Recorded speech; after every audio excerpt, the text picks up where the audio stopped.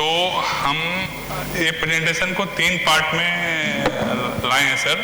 एक है कि हमारी कंपनी का प्रोफाइल, दूसरा कि हम लोग प्रोजेक्ट मैनेजमेंट कैसे करेंगे, तीसरा कि जो हमारे रीडेवलपमेंट में हमारे क्या क्या काम चल रहे हैं न्यू बॉम्बे में। ये 3 पार्ट में हम लोगों ने ये प्रेजेंटेशन रेडी किया है। इसके बाद कुछ क्वेश्चंस होंगे तो हम लोग उसको टेकअप करेंगे सर। नेक्स्ट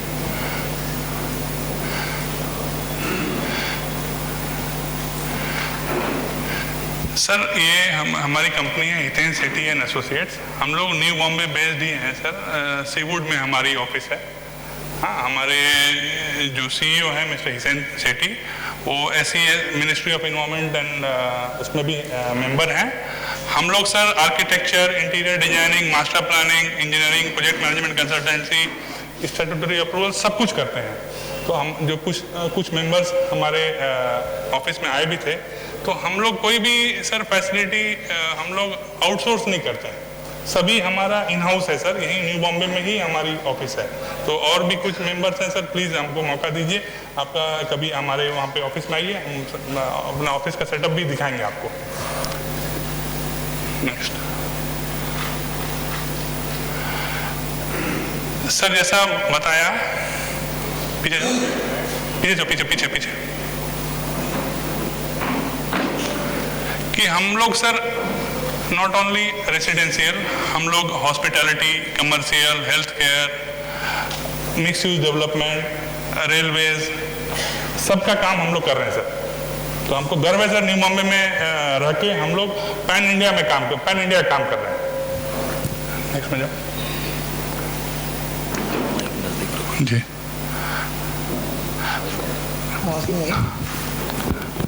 अभी ठीक है, अभी ठीक है सर। ये हम लोग बताना चाहते हैं कि हम लोग जितने भी बड़े कॉरपोरेट्स हैं सबके साथ एसोसिएटेड है। जैसे हमारा रिलायंस का सर नवी मुंबई SEZ है, उसका प्लानिंग हम लोगों ने किया है, मास्टर प्लानिंग। नेक्स्ट, द्रोणागिरी में जो भी है जो रिलायंस का सर, वो भी हम लोगों ने उनका मास्टर प्लानिंग किया है। अभी वो फेजेस में काम चालू हो रहे हैं। उसी का एक दूसरा व्यू है सर, वाटर फ्रंट डेवलपमेंट। चलते जाओ। ये पूरा एक बड़ा आपको लेआउट में दिख रहा है सर कि टोटल जो अराउंड 2000 एकड़ का जो मास्टर प्लानिंग है वो इसमें दिख रहा है सर। ये वाधवा का जो वाइस सिटी है, जो आपने ऐड भी अभी देखा होगा, तो वो भी पूरा हम लोग मास्टर प्लानिंग उसका कर रहे हैं पनवेल में।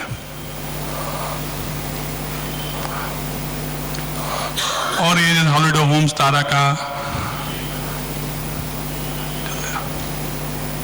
चलते हम लोग सर इवन इंडिया के बाहर भी, दुबई में भी हम लोग मतलब काम करते हैं। तो उसका एक है कि हम लोग वहाँ पे गोल्फ सिटी करके है, उसको हम लोग मास्टर प्लानिंग किया। पिंपरी, पूना, इवन उत्तराखंड में सर हम लोग एक मास हाउसिंग का प्रोजेक्ट लिया है, वो है सर। ये IIM का नाम सुना होगा, उसमें ट्रिची का जो कैंपस है उसके लिए ये मास्टर प्लानिंग किया गया है। नील सिद्धि रेसिडेंशियल कपोली। अभी हम लोग मास्टर प्लानिंग का हमारा सर ये खत्म हो गया। अभी हम लोग आ रहे हैं कैंपस में, जो हम लोग कैंपस का डेवलप करते हैं सर। ये लास्ट ईयर ही CM मोदी जी, जो PM मोदी जी जो आए थे, ये national institute of security market है एट पतलगंगा। ये मिनिस्ट्री ऑफ फाइनेंस का है सर। बहुत प्रेस्टिजियस काम है, जो हम लोग ग्लोबल बिडिंग करके ये काम हम लोगों ने विन किया। इसका इनॉग्रेशन भी हुआ है लास्ट ईयर। इसका दूसरा व्यू है सर। हम लोग सर एक यूनिवर्सिटी JSS एक ग्रुप ट्रस्ट है जो मैसूर में, तो मेडिकल कॉलेज है, फार्मेसी है, डेंटल कॉलेज है, उसका हम लोग टोटल प्लानिंग, इवन PMC सब हमारे स्कोप में है। वो अभी काम चालू है सर।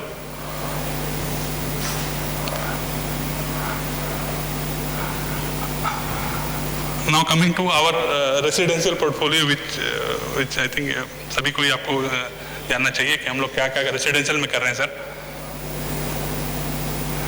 ये L&T सीवुड जो आप देखेंगे सर कि सीवुड रेलवे स्टेशन के दोनों तरफ काम चल रहा है, उसमें बीच में जो सीवुड मॉल है हम लोग सर इन्वॉल्व हैं तो इन फॉर L&T।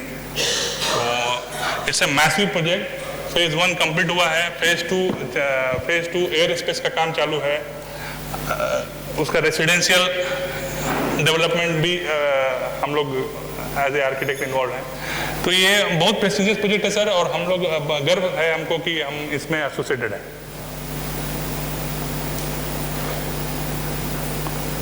ये पवई का है सर, L&T पवई। आप जब जाएंगे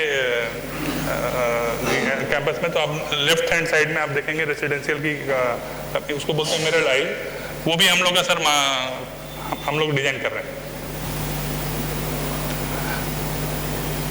दूसरा तरह का व्यू है सर, ये साई वर्ल्ड एम्पायर, ये जो खारगर में है सर वो हम लोग डिजाइन किए हैं। इसके लिए काफ़ी सारे हमको अप्रिसिएशन मिले हैं, हम लोग डिलीवर कर रहे हैं सर, काम प्रोग्रेस में है। अरिहंत आलीशान, ये हम ये बताना चाह रहे हैं सर कि हमारा जो भी प्रोजेक्ट्स है ये बुटीक है।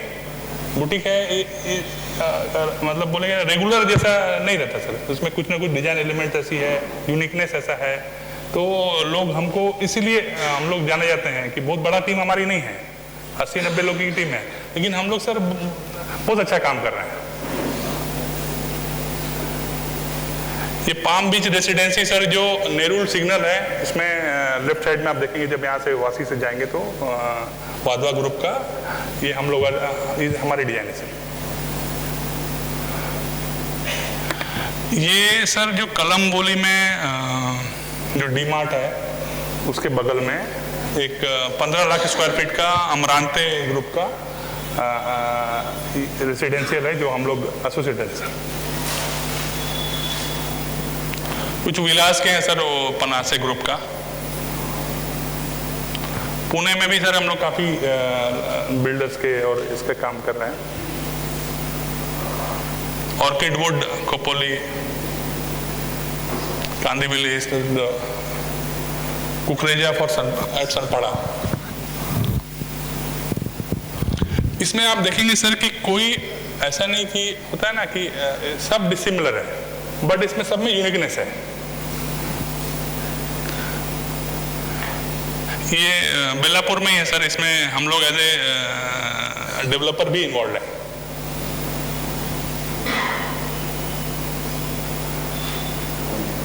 हिलवी रेसिडेंसी।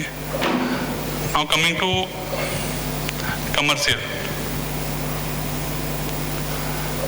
सर, ये जो एसएल रिजॉर्ट है इसमें एक 5 स्टार होटल बन रहा है रिजॉर्ट के पीछे, एसएसएल रिजॉर्ट के पीछे, वो हम लोग कर रहे हैं सर एडिसन ब्लू का एसएल ग्रुप के साथ में। ये नेरुल में प्रपोजल स्टेज में है सर, जब उनको लैंड वैंड का कुछ क्लियरेंस है बाकी तो हो जाएगा तो फिर ये करेंगे।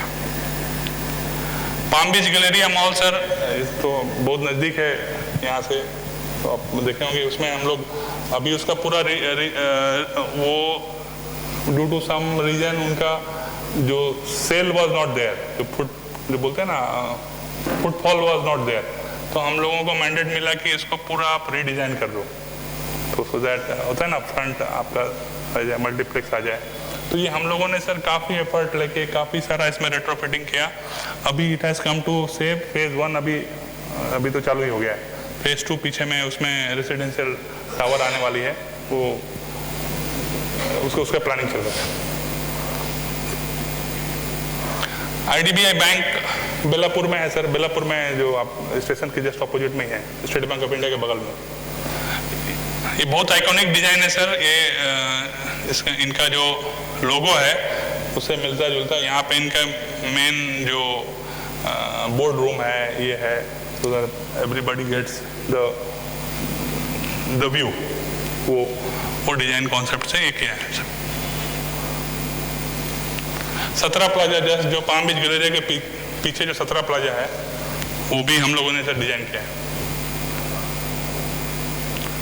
वासी ये कमर्शियल कॉम्प्लेक्स है, इसका भी लोकेशन सर वो 17 प्लाजा के पीछे ही है, अदर साइड। ये हम लोगों ने सर रिलायंस के लिए कमर्शियल कॉम्प्लेक्स बनाया, ये ऑलरेडी है वहाँ पे, already completed. IT park,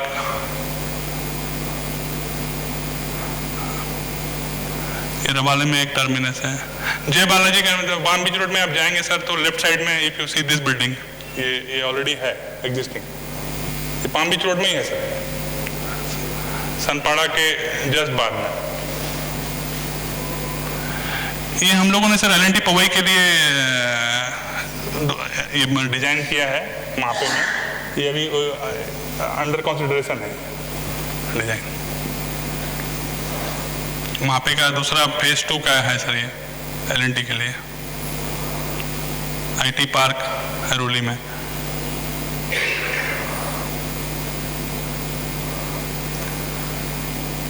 next पावने में आईटी पार्क है।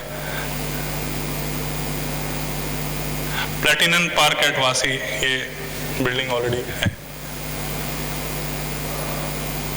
सर। आईआईटी बॉम्बे में हम लोगों ने टेंडर सबमिट किया था उनका जो रिसर्च बिल्डिंग का, बट हम लोग शायद L1 नहीं थे इसलिए कोई दूसरा कोई किया, बट हम लोग पार्टिसिपेट किए थे।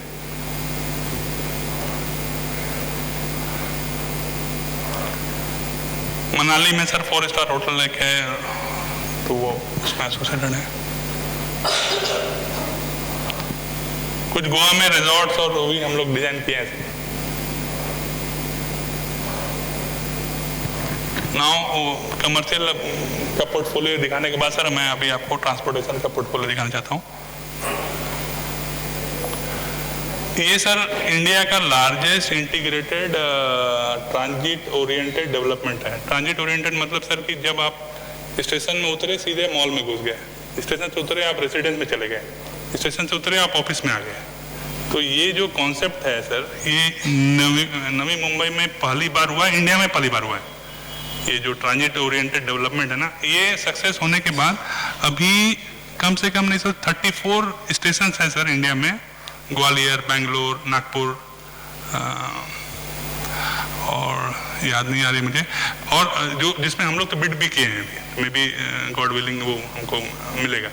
तो ये इसका हमारा पोर्टफोलियो इससे इतना अच्छा डेवलप हो गया सर कि हम लोग एलिजिबल भी हो गए हैं। हम लोग कम्पीट कर रहे हैं फॉरेन कंपनी से, हम लोग कम्पीट कर रहे हैं फॉरेन कंपनी, क्योंकि वहाँ पे चाइना और यूरोप में हुआ है। इंडियन कॉन्टेक्स्ट में हम ही लोग एक हैं जो कि हम लोग ट्रांजिट ओरिएंटेड डेवलपमेंट में सक्सेसफुली इन्वॉल्व है।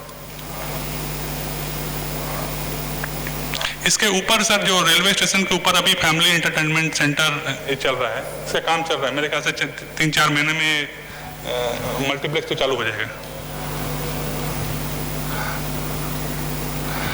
सर। ये सिडको में हम लोग एक्सटेंसिवली इन्वॉल्व है।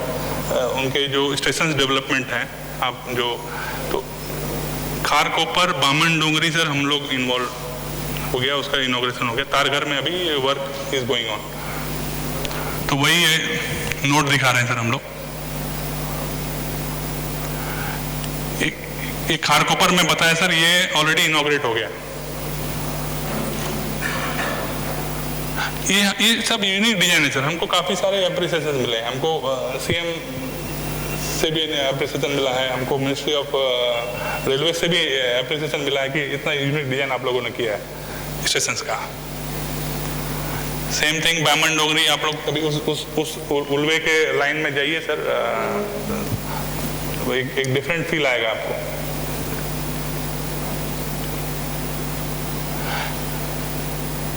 ये तारघर का है सर, ये अभी वर्क चल रहा है, तो स्लैब का काम चल रहा है, आरसीसी स्लैब का।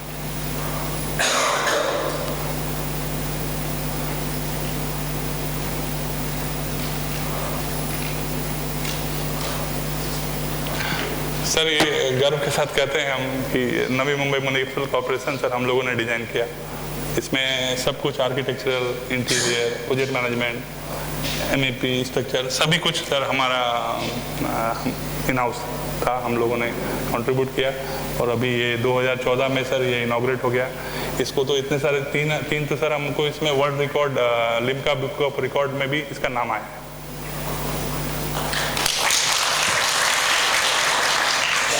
कोई ये नहीं कहता है कि सर ये it is as good as कोई बाहर में होता है ना, वाशिंगटन में या पेरिस में या जर्मनी में, वो बिल्ड बोलता है यार ये तो इतना अच्छा ऑफिस है, लग रहा नहीं कि एक टिपिकल म्यूनिसिपैलिटी का ऑफिस है जो पहले क्या था। और अभी जो आप एम्बियंस अभी जो आप देखें जाके, तो समय मिले तो सर एक बार जाके देखें।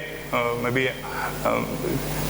भी हम आपको दिखा भी सकते हैं जो वहाँ पे वेरियस जो की एलिमेंट है, उसमें कमिश्नर्स ऑफिस है, मेयर्स ऑफिस है, जो महासभा है, देखने लायक है सर। रियली बोलता हूँ, कभी मौका मिले जस्ट एक बार देखिए। पब्लिक के लिए व्यूइंग का टाइम भी है सर, 3 बजे से 5 बजे तक, एनीबडी कैन विजिट। सर हम लोग नागपुर में एक हॉस्पिटल कर रहे हैं, कैंसर हॉस्पिटल। ये चैरिटेबल इंस्टीट्यूट है, ये हम लोग फ्री में कर रहे हैं सर। ये चूँकि हम लोग इसमें जो लोग हैं, जुड़े हुए जो लोग हैं, वो संस्था के हैं और चाहते हैं अच्छा काम करें, और जो भी गरीब जो कैंसर पीड़ित लोग हैं, तो उनको कम से कम में उनका इलाज होए। तो ये प्रोजेक्ट है सर, ये भी हमको बहुत गर्व है कि हमको ये काम सेवा करने का मिला है इसमें।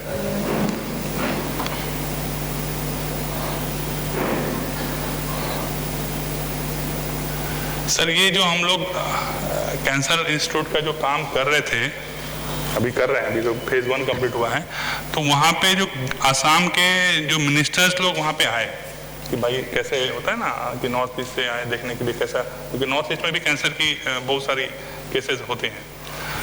तो उन्होंने उनको डिज़ाइन इतना अच्छा लगा कि वो बोले आप लोग इधर आ जाओ, आप लोग आसाम में हमको जो मेन जो उनका हॉस्पिटल है, टाटाज 17 हॉस्पिटल कर रही हैं, बोला आप 18वां जो सबसे बड़ा है वो आप लोग डिज़ाइन करो और टाटा उसको फंडिंग करेगी। तो हम सर इसमें हमारे डिज़ाइन का जो अप्रिसिएशन मिला है वो आपको बताना चाह रहा हूँ सर। सिंस हम लोगों ने काम किया, उसका आदमी लोग उसका स्वरूप देखा कि हो रहा है, हम लोगों ने हमको ये स्टेट कैंसर इंस्टीट्यूट गुवाहाटी में काम मिला है। ये काम हम लोग चल रहा है अभी। और सिडको का सर औरंगाबाद में नाट्यगृह, HNLU में, रायपुर में ऑडिटोरियम। नेक्स्ट सर BKC में एक IB स्टैंडर्ड का एक माउंट लिटरा ग्रुप का और स्कूल हम लोगों ने किया है।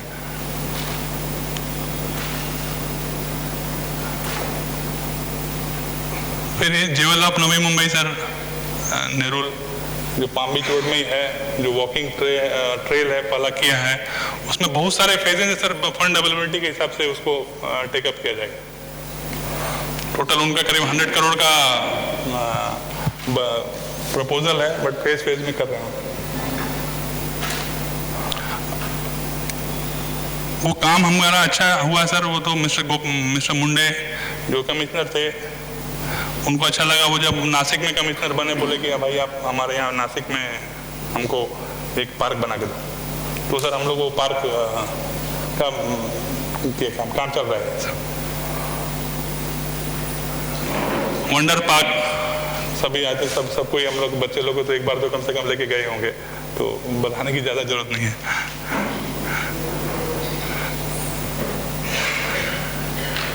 सर हमको काफ़ी सारे जो हमारी डिज़ाइन की जो यूनिकनेस है, जो हमारे डिलीवरी कमिटमेंट्स है, और हम लोग अवेलेबल हैं, तो हमको काफ़ी सारे सर अवार्ड मिले हैं, रिकॉग्निशन मिले हैं। तो उसका कुछ फोटोज हैं। ये हमको हितेन सेठी जी को रतन टाटा जी ने फेलिसिटेट किया सर, जैसे आप लोगों ने मुझे किया यहाँ पे प्रेजेंटेशन समय कि भाई जो स्टेट का जो हॉस्पिटल है, तो आप लोग फ्री में आप कर रहे हो और इतना अच्छा काम किया, उसका फेज 1 भी टाइम पे हो गया, तो उसके लिए फेलिसिटेट किया गया। ये जो वंडर पार्क का इनॉग्रेशन के समय के फोटो है sir.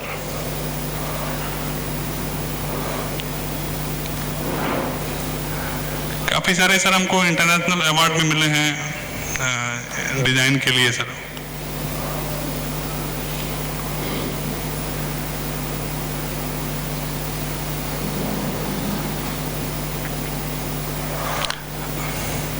Our CEO is a member of IGBC also.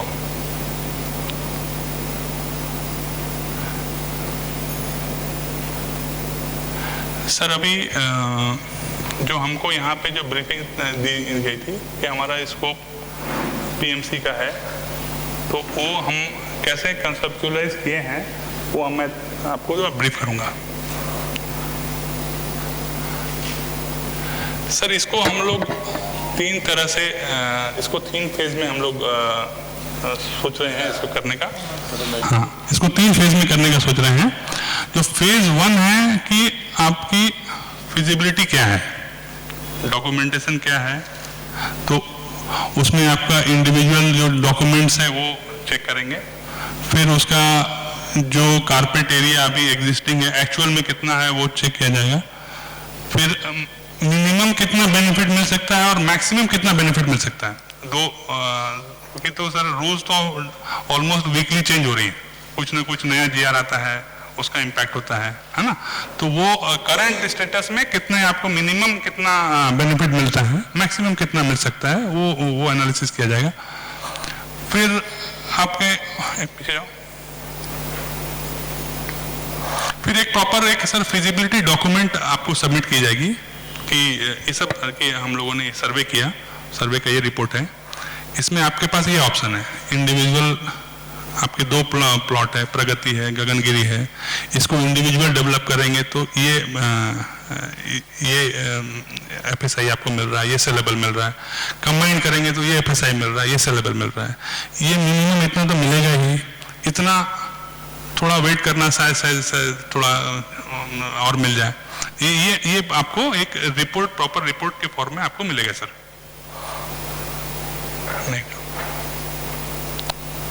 Next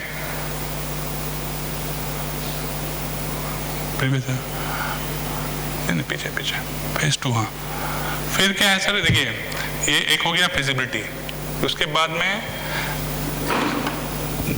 4-5 type of consultant you will require. One is the आपको मास्टर प्लानर जो होता है ना, आपको मास्टर प्लान करे, आर्किटेक्ट जो आपका एक बिल्डिंग का रूपरेखा बना, तीसरा स्ट्रक्चरल डिजाइनर, चौथा एमईपी कंसल्टेंट है ना सर, और पांचवा आपका लाइजनिंग आर्किटेक्ट। ये 5 लोग होते हैं।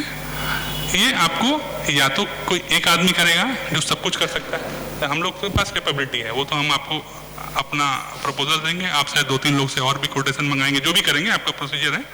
तो ये लेकिन आपको ये करना पड़ेगा, एक मास्टर प्लानर आपको चाहिए, एक आपको आर्किटेक्चर कंसल्टेंट चाहिए, एक आपको स्ट्रक्चरल कंसल्टेंट चाहिए, एक आपको एमईपी कंसल्टेंट चाहिए, और एक आपको sir liaisoning consultant, liaisoning architect चाहिए। ठीक है, तो ये आपको भले आप हमसे कराएं न कराएं, बट आपको ये कंसल्टेंट्स आपको ऑन बोर्ड लाने पड़ेंगे। फिर होगा सर ये जो कंसल्टेंट लोग हैं, ये आर्किटेक्ट अपना बीओक्यू देगा, बिल ऑफ क्वांटिटी देगा, फिर आपका स्ट्रक्चरल कंसल्टेंट अपना क्वांटिटी देगा, एमईपी कंसल्टेंट अपना क्वांटिटी, एमईपी मतलब plumbing, fire fighting, electrical, lift, ये इसको एमईपी बोलते हैं। ये इसको सब कोलेक्ट करके आप एक टेंडर डॉक्यूमेंट बनाओगे।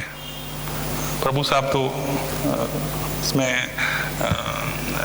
एक लेवल में है, तो जस्ट मैं बता रहा हूँ आप सबके ज्ञान के लिए कि सब वो 3 जब सब को नहीं जा रहे।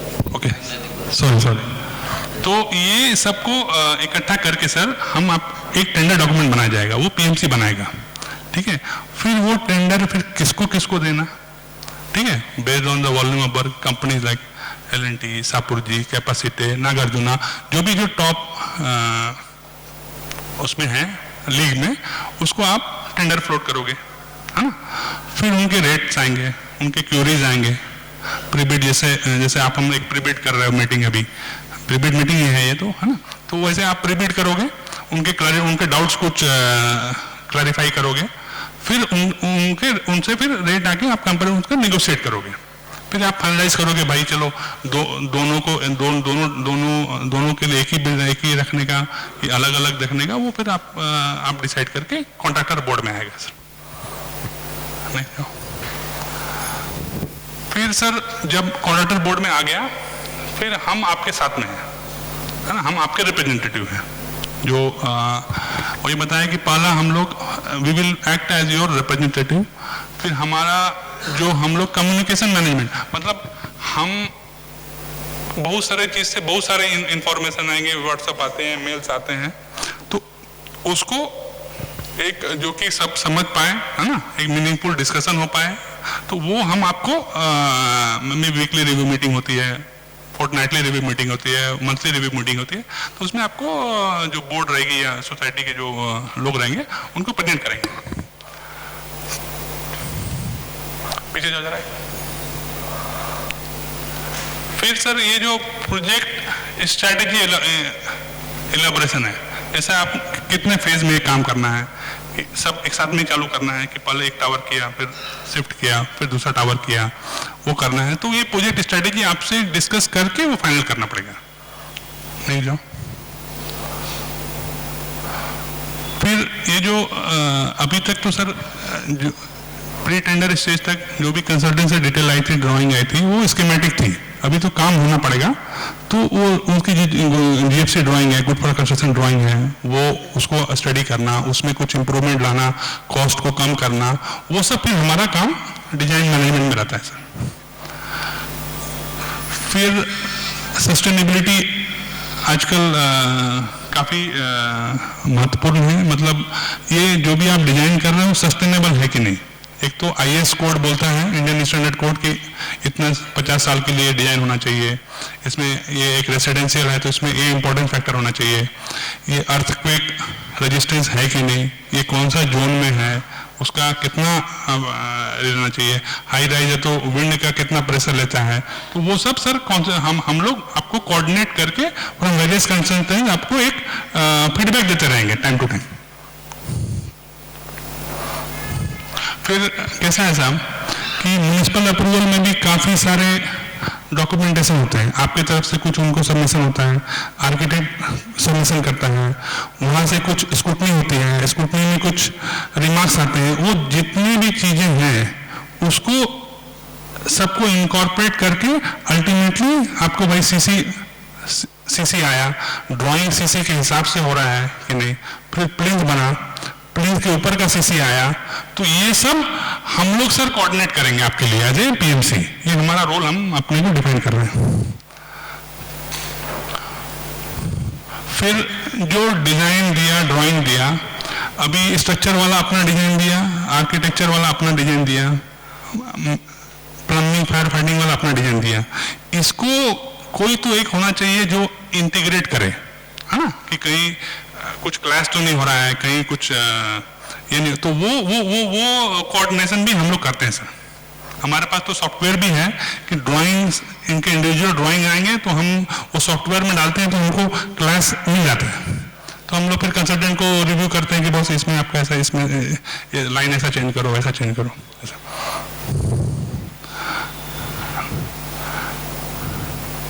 नेक्स्ट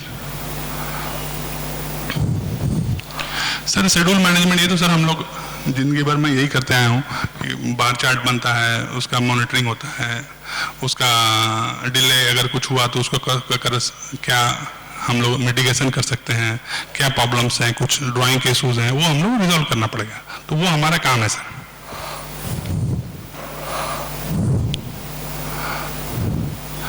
शेड्यूल भी सर काफ़ी तरह की शेड्यूल है, एक है कि आपका बेस शेड्यूल है जो आप प्रोजेक्ट के शुरू होने के पहले आप सबके साथ मिलके एक शेड्यूल ड्रॉ करते हैं हम लोग, ठीक है ना, उसके बाद सर उसको फिर मॉनिटरिंग होता है कि आप वीकली शेड्यूल है, 3 मंथ्स लुक अहेड शेड्यूल है, ईयरली शेड्यूल है, तो उसको फिर वर्क ब्रेकडाउन स्ट्रक्चर में उसको हम लोग एनालिसिस करते रहते हैं।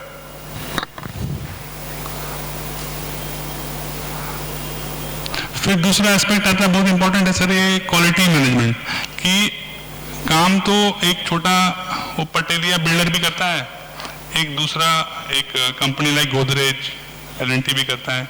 तो क्या डिफरेंस क्या है? सीमेंट तो उतने ज़्यादा है, स्टील तो उतने जाता है, तो भाई क्वालिटी कंट्रोल कौन करेगा? हाँ, तो वो जिम्मेवारी अगर अच्छा एक कंसल्टेंट, प्रोजेक्ट मैनेजमेंट कंसल्टेंट आपका है तो वो अच्छी तरह निभाता है सर। वो हम गर्व से कहते हैं सर, हम जिस प्रोजेक्ट में रहते हैं वो हम लोग ये काफ़ी सीरियसली लेते हैं सर। फिर है सर कि कॉन्ट्रैक्ट एडमिनिस्ट्रेशन। इसका सिंपल मतलब ये है सर कि एक कॉन्ट्रैक्टर बोर्ड में आ गया, अभी वो उसके एक्स्ट्रा आइटम, एक्स्ट्रा क्लेम चालू हो गए, है ना, तो ये नहीं हुए, है ना। तो इसके लिए क्या है कि आपका जो टेंडर डॉक्यूमेंट है वो फुल प्रूफ होने चाहिए कि भाई वो मतलब होता है ना कि उसमें कुछ लैकुना नहीं होना चाहिए कि बोले भाई ये मेरा एक्स्ट्रा हो गया, ये मेरा एक्स्ट्रा लगेगा, ये मेरा आइडल हो गया। तो इसको ऐसा आपका टेंडर डॉक्यूमेंट ही आपका ऐसा होना चाहिए कि बस ये तुमको तुम्हारा स्कोप में है, तुमको करना ही पड़ेगा, इतना टाइम में करना पड़ेगा, ये क्वालिटी स्पेसिफिकेशन है, आपको डिलीवरी देना पड़ेगा। तो वो सर हमको एज ए कॉन्ट्रैक्ट मैनेजर हम उसको इंश्योर करेंगे। फिर डॉक्यूमेंट कंट्रोल मैंने बताया सर कि बहुत सारे करस्पॉन्डेंस जाएंगे between consultant to consultant, between municipality to you, between municipality to architect, between architect to yourself, between contractor to PMC, from PMC to you. तो ये पूरा सर एक जो लॉजिस्टिक मैनेजमेंट है ये करना पड़ेगा, वो हम लोग करेंगे सर आपके लिए। और रिस्क मैनेजमेंट, अगर कुछ रिस्क लग रही है कि भाई 2 साल के बाद, 1 साल के बाद ये रिस्क है या अभी इमीडिएट रिस्क है, तो उसके हमको आइडेंटिफाई करना पड़ेंगे। हम लोग सर साइट में एक रिस्क रजिस्टर रखते हैं, ठीक है, कि भाई आपको एज ए आर्किटेक्ट है, मेरे को कुछ रिस्क लग रहा है, वो आप लिख दो। एज ए स्ट्रक्चरल डिजाइनर कुछ अगर आप साइट विजिट कर रहे हो, कुछ आपको रिस्क लगता है, वो आप उसमें जॉट डाउन करो, है ना, कि मैं बार ये ठीक नहीं है, या उसमें बार में सलिया में रस्टिंग दिख रहा है, तो आप उसमें आप लिख दो, उसको इमीडिएटली आपको एक्शन लेंगे हम लोग। फिर कंस्ट्रक्शन मैनेजमेंट सर तो वही है कि डेली वीकली रिपोर्ट है, डेली प्रोग्रेस है, आप कैसे उसको इम्प्लीमेंट कर रहे हो, वो कैसा आपका जो इसको क्या बोलते हैं कि एक जो फॉर्मेट है जो वो सबके पास जाना चाहिए। मतलब ऐसा नहीं कि आपके पास एक रिपोर्ट है, मेरे पास एक रिपोर्ट है, वो आप लोग दोनों बात कर रहे हैं तो भाई ये तो गलत है, ये तो ऐसा नहीं होना चाहिए। जो everybody should have the same data. Next, तो सर जैसे मैंने बताया कि time management, claim management, quality control, record, drawing, ये सब हमको करना पड़ेगा। ये हम लोग हमारा स्कोप में है, ये मैं जस्ट बोलना चाहता था आपको। Last but not the least sir, ये जो हेल्थ, सेफ्टी एंड एनवायरनमेंट, ये आजकल सेफ्टी पे बहुत ज़्यादा फोकस है। गवर्नमेंट की स्टैट्यूटरी भी बहुत स्ट्रिक्ट हो गई है कि कुछ भी प्रॉब्लम होती है the end client is the responsible. भले कॉन्ट्रैक्टर जो भी रहे तो एंड क्लाइंट बनेंगे तो आप ही एंड क्लाइंट हो सर, है ना, तो वो आप तक वो हिट नहीं आना चाहिए। तो उसके लिए क्या करना पड़ेगा कि ये इंसिडेंस ही नहीं हो, ये आपको सेफ्टी आपके जो मेथड्स हैं, सेफ्टी जो प्रोसीजर्स हैं, वर्क प्रोसीजर ऐसे होना चाहिए कि वो सेफ रहे। नेक्स्ट सर, ये कुछ फॉर्मेट्स हैं, मैं सोचा कि आपको शेयर करूं जो हम लोग अपने साइट्स में यूज करते हैं। हाँ, कि तो वो मैं ये सर हम लोग इसको बोलते हैं S0, मतलब ये हमारा एक बाइबल हो गया। एक जब हम लोग प्रोजेक्ट जब चालू करें तो राइट साइड में बार चार्ट है कि भाई कौन सा एक्टिविटी कब चालू हो रहा है, कब खत्म हो रहा है। लेफ्ट साइड में मेन जो एक्टिविटी है जिसको आप मॉनिटर कर सकते हो, भाई start of excavation, completion of plinth, slab, first slab, second slab, handing over the first slab, handing over the second slab, वैसे करके हम लोग माइलस्टोन यहाँ पे जनरेट करते हैं सर। ये this is the S0 that become the bible for the project monitoring at a later date. ये कुछ दूसरे प्रोजेक्ट का है सर, सिमिलर फॉर्मेट कि हम लोग ऐसे करते हैं। इसमें सर ये बताने बैठ जाओ, इसमें बहुत सारी सर MS प्रोजेक्ट में ये तो एमएस प्रोजेक्ट कुछ नहीं था, ये सॉफ्टवेयर है कि आपका एक बार चार्ट है तो इसमें रोल्ड अप एक्टिविटी है कि कौन क्रिटिकल पाथ है, कि कुछ कुछ कुछ एक्टिविटी सर 2-3 दिन अगर डिले भी होगी तो पूरा प्रोजेक्ट में डिले नहीं होता है, बट कुछ एक्टिविटी क्रिटिकल ऐसी होती है कि एक दिन का भी डिले होगा तो प्रोजेक्ट में एक दिन का डिले होता है। तो हमको क्रिटिकल एक्टिविटी जो है उसको मॉनिटर करना चाहिए वेरी वेरी क्रिटिकली।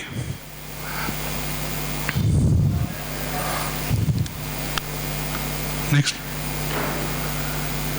ये फिर सर एक स्कीमेटिक जैसा कि एक जो आप समझिए कि एक बार चार्ट हो गया, एक आपको फ्लोर वाइज हम आपको ये दे देंगे कि आपका ये फ्लोर में ये खत्म होना चाहिए, तो ये टावर है, 2 टावर है आपका, ये आपका शेड्यूल है।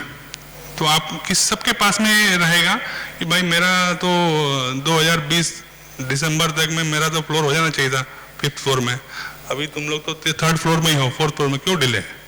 ये शेड्यूल आपको डे 0 में आपके हाथ में रहना चाहिए।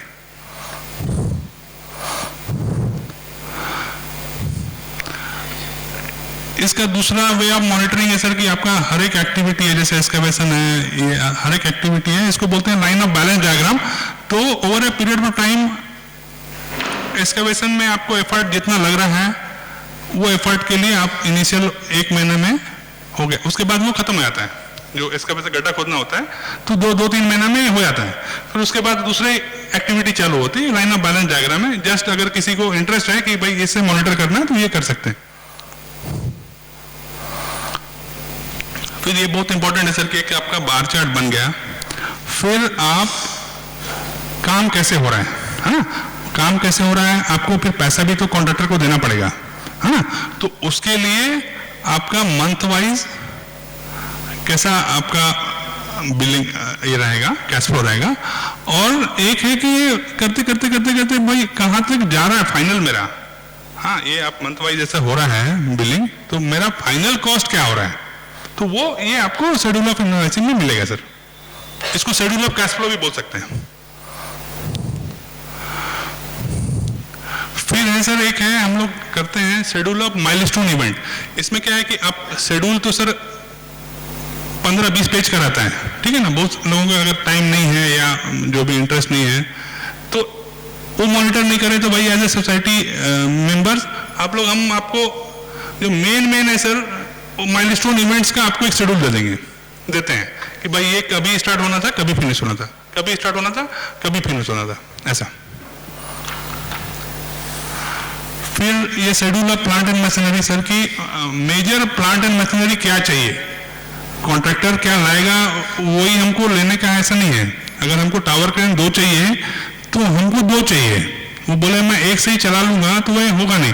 तो ये हम लोग को टेंडर के समय ही सर उसको इनकॉर्पोरेट करना पड़ेगा इस शेड्यूल को, और उससे साइन अप करना पड़ेगा। एनीवे टेंडर जब भरेगा तो इसको साइन करके देगा वो।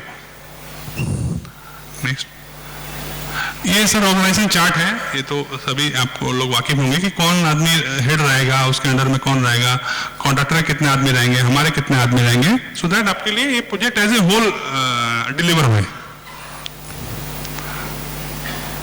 फिर ये सर बहुत सारे हमको लेबर ओरिएंटेड हमारा तो काम है ना, ये जो रिडेवलपमेंट है, तो भाई हमारा हर एक्टिविटी का हर मंथ का लेबर है ये कि भाई इसमें एक्सकैवेशन के लिए कितना, कंक्रीट के लिए कितना, सब एमईपी के लिए कितना, फिनिशिंग के लिए कितना, फसाड के लिए कितना, इलेक्ट्रिकल के लिए कितना। तो आप देखेंगे सर हर मंथ में हमको आपको ऐसा शेड्यूल देंगे हर एक कलर वाइज में ये कौन सा एक्टिव। तो ये आपका एक मॉनिटरिंग टूल होना चाहिए। वो कॉन्ट्रैक्टर ऐसा नहीं बोलता मैं एक आदमी से ही पूरा प्रोजेक्ट कर लूंगा, आप जाके सो जाओ, ऐसा नहीं बोल सकता है कि भाई ये हमारा प्रोडक्टिविटी के हिसाब से हम लोगों ने ये इंडियन कॉन्टेक्स्ट में ये बनाया है कि भाई इतने काम के लिए, इतना स्क्वायर मीटर के लिए, इतना क्यूबिक मीटर के लिए इतना आदमी लगेगा। तो ये इसको हम लोग डिफाइन करके आपको दे देंगे सर, आप उससे मॉनिटर करिए कि भाई ठीक है 2-5 आदमी इधर उधर आप समझ सकते हो, लेकिन ऐसा नहीं कोई बोलता था 200 का रिक्वायरमेंट है, नहीं मैं 50 में कर लूंगा, आप मेरा लेबर नहीं गिनती करो, ऐसा नहीं हो सकता। ये सर हमारी शेड्यूल ऑफ मटेरियल रिक्वायरमेंट है, ये ठीक है। ये वो अगर वो सब होगा तो ये सब प्रोग्रेस अपने आप होगा सर। ये सलिया का रिक्वायरमेंट है, ये फॉर्मवर्क का रिक्वायरमेंट है। इसमें और एक बहुत इंपॉर्टेंट बात है सर कि आप प्रोजेक्ट दोगे, किसी को भी दोगे, इसमें कुछ स्पेशलाइज एजेंसी रहती हैं, जैसे लिफ्ट वाला हो गया, प्लम्बिंग हो गया, है ना, फायर फाइटिंग हो गया।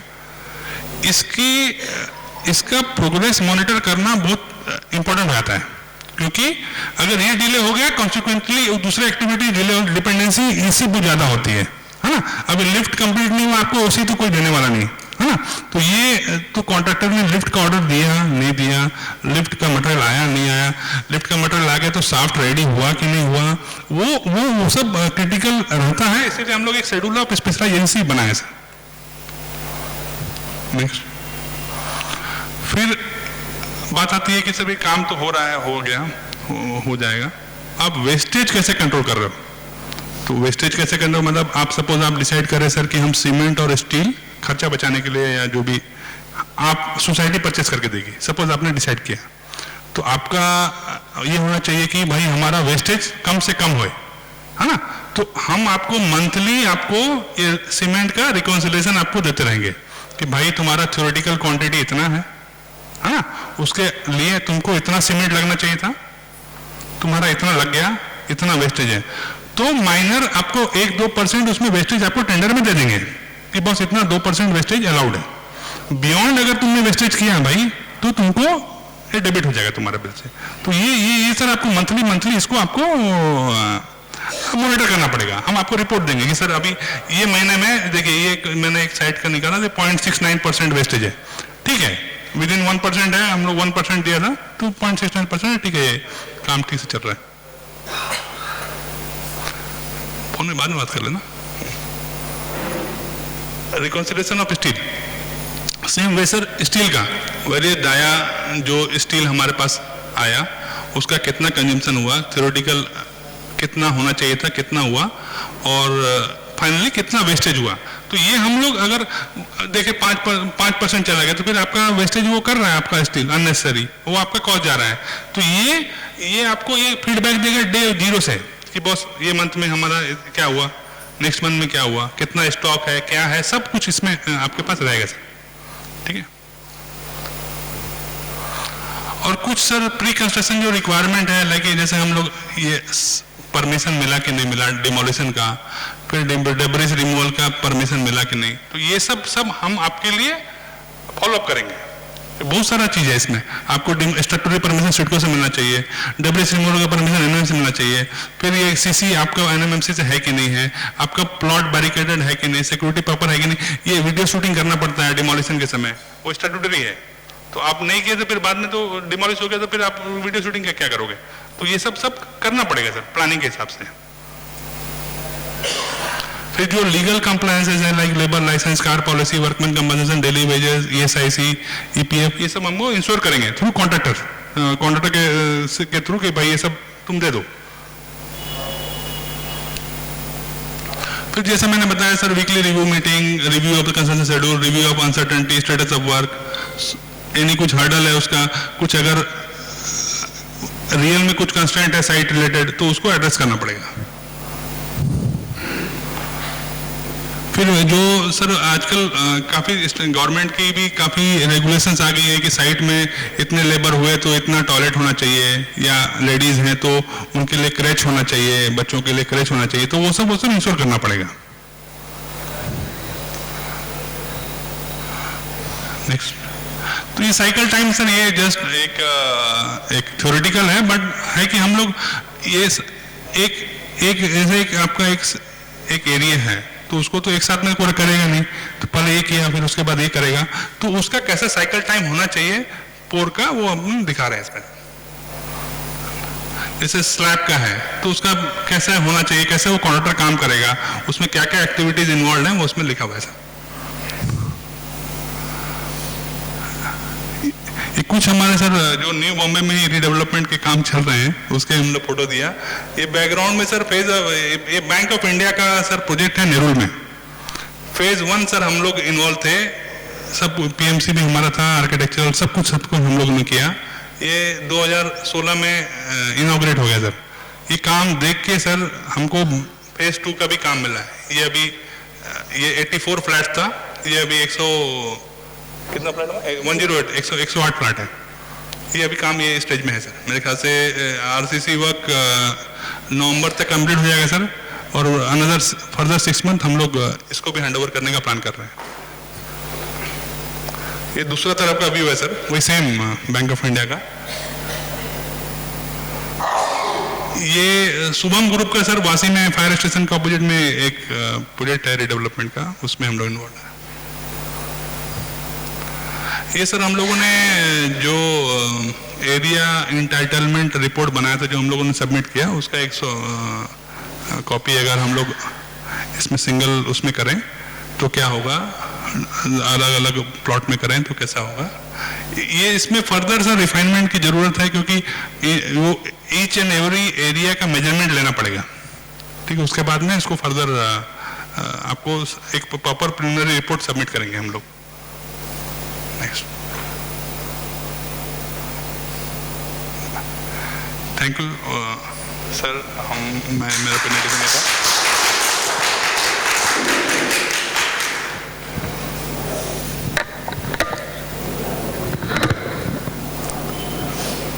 कुछ सवाल पहले मैं पूछूंगा, फिर लोग पूछेंगे जी। ये स्टैंडर्ड सवाल है जो करीब करीब सब पार्टिसिपेंट्स को हम लोग पूछते हैं जी सर। ये सेल्फ रीडेवलपमेंट है, यहाँ पे कोई भी बिल्डर नहीं है जी। तो बिल्डर की रीडेवलपमेंट की योजना और सेल्फ रीडेवलपमेंट की योजना में बहुत अंतर है जी। तो वो कौन से अंतर के ये है, और चूंकि आपने अभी तक सेल्फ रीडेवलपमेंट का कोई स्कीम नहीं की है, तो कैसे आप एडेप्ट इस चीज को करेंगे, क्योंकि वहां पे एक आदमी डिसीजन लेता है, यहाँ पे जनरल बॉडी हर डिसीजन लेती है, वहां पे एक आदमी के प्रॉफिट के लिए होता है, यहाँ पे कोई एक आदमी को प्रॉफिट नहीं मिलता है, सबको प्रॉफिट मिलता है। वहां पे डिस्प्यूट्स जो है वो एक आदमी सेटल करता है, यहाँ पे डिस्प्यूट्स जनरल बॉडी में काफ़ी इश्यूज होते हैं जो जनरल बॉडी को सेटल होना पड़ता है। तो एडजस्टमेंट उसमें से और इसमें से काफ़ी अंतर है। तो हमने मेरे ख्याल से लेटर में भी दिया था कि differences, advantages of self redevelopment as oppose to builders redevelopment, ये आप एक उसके ऊपर हमको जानकारी दीजिए, शायद आपकी तरफ से वो नहीं आए, तो उसके बारे में कुछ कह सकते हैं सर। हमारी जो थैंक यू सब आपने बताया सब, ये सेल्फ रीडेवलपमेंट जब था ही नहीं कॉन्सेप्ट 4 साल पहले, तो हम लोग की जो अभी प्रेजेंट जो ऑफिस है सर, ये मोर और लेस सेल्फ डेवलपमेंट कॉन्सेप्ट में ही बना हुआ है कि इसमें कोई बिल्डर नहीं था। जो जयाती सोसाइटी है ये it is a conglomerate of 15 IAS officers, जो कि उन्होंने सोसाइटी बनाया और खुद डेवलप किया। उसमें कुछ उस समय कोई रूल भी नहीं थे सर कि वो सोसाइटी बिल्डर बन गई है ना, और हम लोग एज ए आर्किटेक्ट PMC सब इन्वॉल्व हो गए, ठीक है सर। और वो as a sort of I will say कि सर हम लोगों ने सक्सेसफुली डेवलप किया। प्राउड टू से कि सर वो अगर न्यू मुंबई का पहला सेल्फ डेवलपमेंट कहलाएगा अगर रियली में वो बोलना पड़ा तो, क्योंकि उस समय कुछ रूल भी नहीं थे। जो एग्जिस्टिंग रूल में थे वो डेवलपमेंट के जो रूल्स थे वो लागू होके वो सोसाइटी याती सोसाइटी सर वो सेल्फ डेवलपमेंट में ही हुआ है। वो शायद हम लोगों ने इसमें लिखा नहीं सर, इसलिए ये है, बट वो हमारी जो सोसाइटी जहाँ हमारी प्रेजेंट ऑफिस है सर, वो सेल्फ डेवलपमेंट मोड में ही बनी है। 15 IAS officer they formed a society, और सोसाइटी के जैसा होता है आपकी जनरल बॉडी मीटिंग होती है, डिस्प्यूट होते हैं, डिस्कशन होते हैं, ज़्यादा डिस्कशन होते हैं, वो करके फिर एक सक्सेसफुल हुआ है। लेकिन सर ये है कि इसमें एडवांटेज ये है सर, तो ऑब्वियसली भीष्म पितामह है उसमें कि आपको फंडिंग कुछ आपको ऑलरेडी मिल रही है, और जितनी फंडिंग मिलती है प्रोजेक्ट रोल आउट करने के लिए वो काफ़ी होती है, नंबर 1। नंबर 2, ये जो प्रोजेक्ट फंडिंग, दूसरा बिल्डर के साथ क्या प्रॉब्लम है कि वो बिल्डर वो पैसा, आपका पैसा वो प्रोजेक्ट में डाल रहा है कि कहीं दूसरी जगह डाल रहा है, ये इसका मैकेनिज्म तो ट्रेस करने के लिए कुछ नहीं है सर। हम लोग तो सर काफ़ी जगह बिल्डर लोग का भी काम कर रहे हैं, जब मैं बता रहा हूँ कि वो आप आपने पैसा जो आपने बुक किया या आप लेना चाहते हो, वो आपका पैसा वो दूसरा पीरियड में नहीं डाल रहा है, उसका कोई मैकेनिज्म नहीं है तो, लेकिन ये सोसाइटी के पैसा है, वो सोसाइटी के पीरियड के लिए ही जाएगा। जो कॉज सबका एक ही है। यहाँ पे थोड़ा ये है कि आपने, लेकिन फिर भी इतना तो मैं बोलता हूँ सर, इतने लोग हैं, एटलीस्ट एक जगह जुड़ गए, बहुत बड़ा बात है। हम तो सर वासी में सेक्टर 17 रहता है, हम भी सोच रहे हैं कि डेवलपमेंट करें, लेकिन वो नहीं हो रहा है, क्योंकि सोसाइटी के लोग को बोलते हैं करने की जरूरत नहीं, कोई बोलता है करो, कोई बोलते हैं बाद में देखेंगे। ये एटलीस्ट आप लोग एक प्लेटफॉर्म में आ गए हो, ये बहुत बड़ी बात है सर। और हम सर ऐसा है कि अगर सोसाइटी आप एक मिलजुल के है, ये सबसे अच्छा आपने काफ़ी भीष्म पितामह को रखा है सर आपके एडवाइजरी उसमें, तो ये जरूर सक्सेस होगा। और हम लोग सिंस ये काम कर चुके हैं सर, और न्यू बॉम्बे का मतलब फ्लेवर है हम कहीं बाहर से नहीं आए सर, हम यहीं पे हैं और यहीं रहेंगे। आज 10 साल के बाद भी हम लोग यहीं पे हैं। तो आपका कुछ भी अगर किसी मेंबर को डाउट है सर, सीवुड में हमारा ऑफिस है, आप आ जाए, हम डाउट क्लियर कर देंगे आपका। सर ये मैं बताना चाहता था। दूसरा मुद्दा ये था कि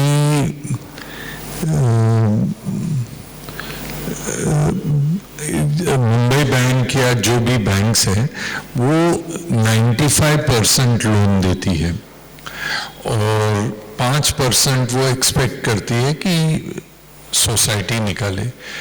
हो सकता है कि कुछ सोसाइटीज में ये 5% नहीं हो लोगों के पास कंट्रीब्यूट करने के लिए। हालांकि यहाँ पे ऐसे लग रहा है कि 180 में से हो सकता है कि 50-60 लोग 200-300 फुट एक्स्ट्रा खुद खरीद ले एट डिस्काउंटेड प्राइस, तो उसमें 5% निकल भी सकता है। लेकिन अगर ऐसी नौबत आई कि ये 5% नहीं निकलता है और इनिशियली वो पैसा लेना पड़ता है, तो कुछ ब्रिज लोन करने की ज़रूरत होती है। तो ऐसे में ये चाहते हैं कि एज अ पीएमसी आप वो ब्रिज लोन का बंदोबस्त कर सकते हैं, कहाँ से कर सकते हैं और कौन से संस्थाएं हैं जिनसे आप वो हमको दिला सकते हैं। आप इमीडिएटली संस्थाओं के नाम आज ही बोलना चाहिए, कोई ज़रूरी नहीं है, हफ्ते भर में उसकी लिस्ट भी दे सकते हैं, लेकिन उसके बारे में थोड़ा सा जानकारी दीजिए। सर ऐसा है कि ये फंडिंग गैप है ना, ये सब में रहता है। बिल्डर को भी फंडिंग गैप रहता है, आपको भी आएगा, आपको भी आ रहा है, आपको आएगा भी। तो ये जो जैसे सर ने बताया, जो गैप ब्रिज जो करना है, इसके लिए बहुत सारी एजेंसी है सर। हम लोग, मैं खुद डील कर रहा हूँ, एक हमारे जो मैं बताया ओएसिस बेलापुर में, जहाँ हम लोग एज ए बिल्डर भी इन्वॉल्व है सर, वो एडलविस से हम लोग ब्रिज लोन का कर रहे हैं। तो पैसा आता है तो उनको रिटर्न करते हैं कुछ, अगर जो उसको ब्रिज लोन बोलते हैं, शॉर्ट टर्म जो लोन होता है वो तो I can share sir all जो भी हमारे पास जो नॉलेज हुआ है, तो वो ऐसा नॉट ओनली एडलविस बट ऐसे 4-5 लोग और हैं सर जो कि आपको फंडिंग करते हैं। ब्रिज लोन जितना आपको जितना चाहिए, कितना मंथ के लिए चाहिए, फिर आप उनको रिटर्न करो, जब आपका कैश फ्लो ठीक ठाक हो गया तो वो उतना इंटरेस्ट कम हो जाता है। सिर्फ इतना एक था कि बिल्डर जब ब्रिज लोन लेता है तो वो कोलैटरल देता है। इनके पास वैसे कोलैटरल देने के लिए कुछ खास नहीं है, तो थोड़ा सा इस पे सोच लीजिए। नहीं सर, वो वर्केबल है, वर्केबल है, बस यही चाहते हैं। तो स्पेसिफिक कैसे हो सकता है, इसके बारे में एक नोट अगर आप 2-4 दिन में अगर भेज दें कि इनके केस में अगर ब्रिज लोन की जरूरत है तो आपके संस्था की तरफ से उनको किन किन से, कौन से एनबीएफसी है या क्या है, किन के पास आप अप्रोच करेंगे जिससे इनको वो मिल सकता है। तो इनको क्या है, थोड़ा कंफर्ट लेवल आ जाता है। और पॉइंट है कि बेचने का आजकल बड़ा प्रॉब्लम है, माल नई बम्बई में बिक नहीं रहा है। इनके यहाँ पर भी यही हालत है। स्टेशन के नज़दीक भी बिल्डिंगें बन रही है, अभी माल नहीं बिक रहा है, तो लोन ले रहे हैं और अगर माल नहीं बिके तो मार्केटिंग के ऊपर मतलब इनका पूरा डिसीजन ये होने वाला है कि कौन सी संस्था हमको बेचने में कंफर्ट देगी कि हमारे पास आने से आपका माल बिक सकता है, या इतना तो बेचने की हम आपको कंफर्ट लेवल देंगे।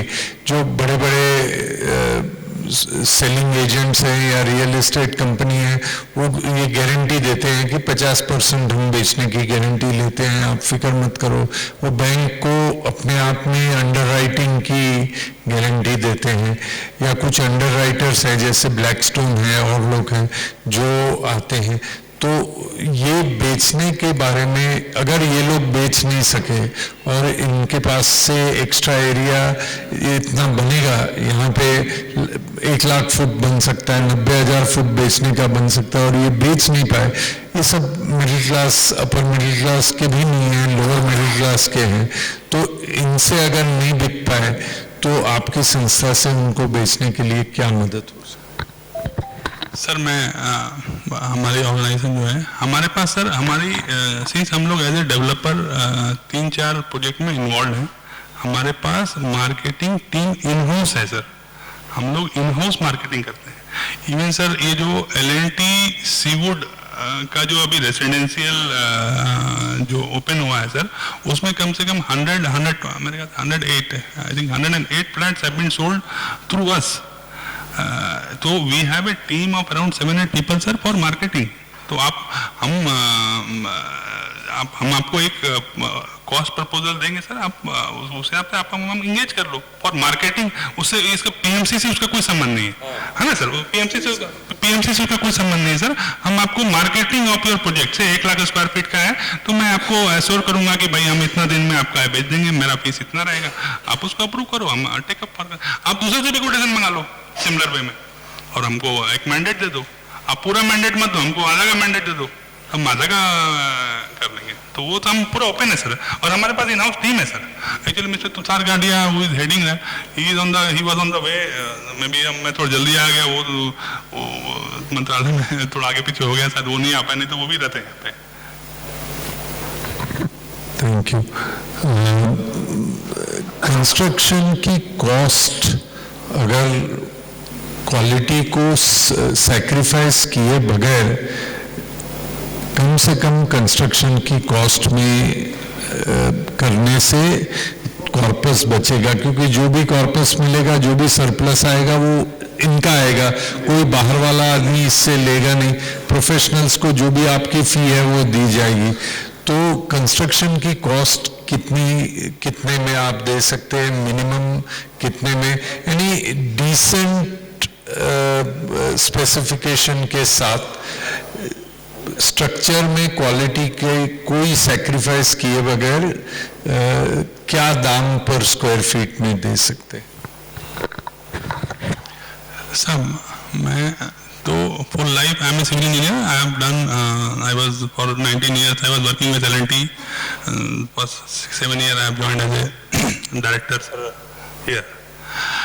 इसमें कैसे सर कि अभी जैसे हम अपने एक्सपीरियंस बता, बैंक ऑफ इंडिया जो हम लोग अभी बना रहे हैं, जो आपको व्यू दिखाया था, उसमें including everything, approval plus consultant fees, approval plus consultant fees plus construction cost, it came to around 2,800 rupees per square feet. Okay, ये जो फेज 1 हुआ, ठीक है ना। फेज 2 में similar specification, contractor because of the market condition, contractor quoted 10% lesser than the phase 1 contractor, so it will be around 2,600 sir. In Bank of India, Nerul. Specifications are very decent, very nice. CIDCO में sir जो मास housing के project बन रहे हैं, बनने वाले हैं, हाँ, उसमें सर उनको जो कॉस्टिंग आ रही है, that is ranging from 1,800 rupees per square feet to 2,500 rupees per square feet. जो थोड़ा हाई एंड है सर, वो जो HIG, MIG जो लेवल के जो स्पेसिफिकेशन है, architecture by Hafiz contractor specification, good specification, तो उसके 2,200, 2,300, 2,400 में हाउसिंग में, I think we can target lesser and let's see how it goes. Specification you should not compromise. जैसे सर ने बोला स्ट्रक्चर में नो compromise, ठीक है सर, स्ट्रक्चर में नो compromise. आपकी floor efficiency maximisation is our responsibility as architect, ठीक है ना. और आपको मिलना चाहिए स्टैट्यूटरीली वो मिलना चाहिए, अच्छा से अच्छा आपको प्रोडक्ट आपको चाहिए, आप वो सब अपना स्पेसिफिकेशन में डाल दीजिए जो आपको चाहिए, है ना. और I think with that cost with that range you can manage सब. Thank you. दो चीज़ें काफ़ी मेंबर्स ने बताया कि एक तो जो बिल्डर्स की बिल्डिंगें यहाँ पे हमने देखी है वो साल 2 साल में 3 साल में गलने शुरू हो जाती है, पानी का ड्रिपिंग टॉयलेट में हर जगह में, तो कंस्ट्रक्शन की क्वालिटी ठीक नहीं रहती है. तो अपने टेंडर्स में वाटरप्रूफिंग की कितने साल की गारंटी होनी चाहिए और स्ट्रक्चर की guarantee for the structural members, guarantee of structure, तो हाउ मेनी इयर्स गारंटी, यानी क्योंकि 40 इयर्स 35 इयर्स की स्ट्रक्चरल गारंटी और वाटरप्रूफिंग की गारंटी ये कैसे बिल्टअप कर सकते हैं, तो क्योंकि इनको थोड़ा रिलीफ मिलेगा. सड़कों की क्वालिटी कंस्ट्रक्शन की तो जिसमें ये रह रहे हैं वो तो सब जानते हैं क्या है.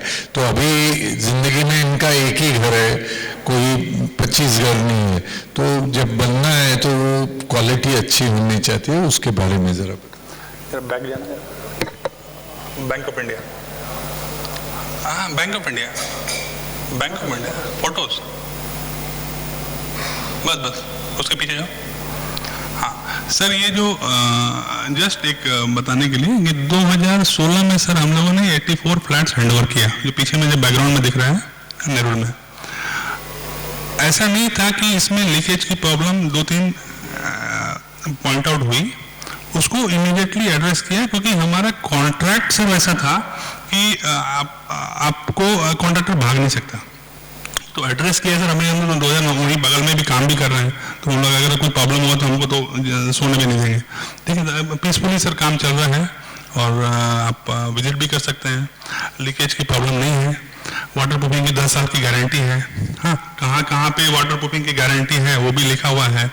जो सर वल्नरेबल एरिया होता है ना कि भाई आर्किटेक्चरल प्लानिंग में वो that is taken care, like आपका छज्जा है प्रॉपरली, सो दैट वो नहीं है, जॉइंट सब सीलिंग प्रॉपरली हुआ है कि नहीं, तो वो सब कंसिडर हुआ है. Similar way the work is going on in phase 2 sir. तो आई एश्योर यू कि with proper documentation in the tender document, और ऐसे सर ने बोला है कि स्ट्रक्चर में का जो 45 इयर्स का वो कोडल जो रिक्वायरमेंट है वो एक reported structural consultant on board लाके वो मीटअप कर सकते हैं. और एक गुड वाटर प्रूफिंग एजेंसी अगर इंगेज किए, आप कॉन्ट्रैक्टर भले L&T रहा, लेकिन अगर उसमें वाटर प्रूफिंग एजेंसी कुछ एकदम खराब लगाया तो आपका दिक्कत हो गई. उसमें आपको टेंडर डॉक्यूमेंट लगाना पड़ेगा कि water proofing agency either of this 3-4 2-3-4 जो रिपोर्टेड है मार्केट में जो कि डिलीवरी अच्छा है, आइदर ऑफ, तो ऐसा नहीं कि खाली एक ही आदमी का नाम दो, 4 आदमी का नाम दे दो कि जो काम करते हैं अच्छा करते हैं, और फिर उसके बाद में कॉन्ट्रैक्टर को डिसाइड करने दो. एनीवे गारंटी वाटर प्रूफिंग वाले की भी रहती है, कॉन्ट्रैक्टर की भी रहती है. Thank you. Thank you. अब थोड़ा सा डिफिकल्ट प्रश्न है कि सेल्फ डेवलपमेंट में एडवांस पैसा तो कोई मेंबर नहीं निकालता, और बैंक तो